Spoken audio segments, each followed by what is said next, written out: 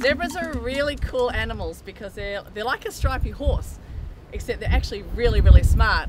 And every single one is different. There are never two zebras that look exactly the same.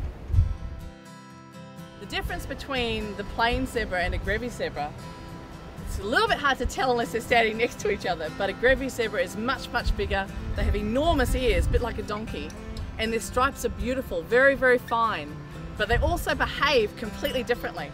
So our zebras like to stay in big groups together.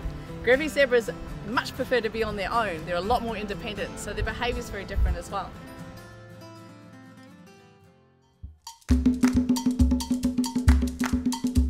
As a keeper that looks after zebras, a lot of people ask me, are zebras black with white stripes or white with black stripes?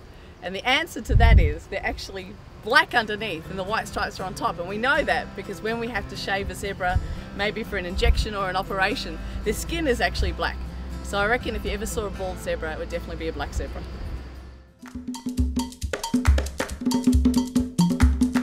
Well, you can look at our zebras here and you'll see Banjo and all his posse here actually have lots and lots of food. So they're really lucky. At Werribee Zoo they never have to worry about that sort of thing.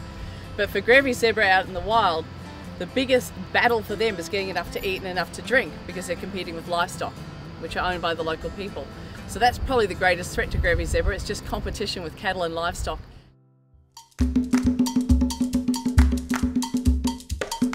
Sounds really strange to think about buying beads helping zebras. It kind of, how does that all fit together? But actually it does help zebras, because when we buy beads through Zoos Victoria, it means that the women and the families in northern Kenya are earning income from beads. They don't have to rely on livestock as much.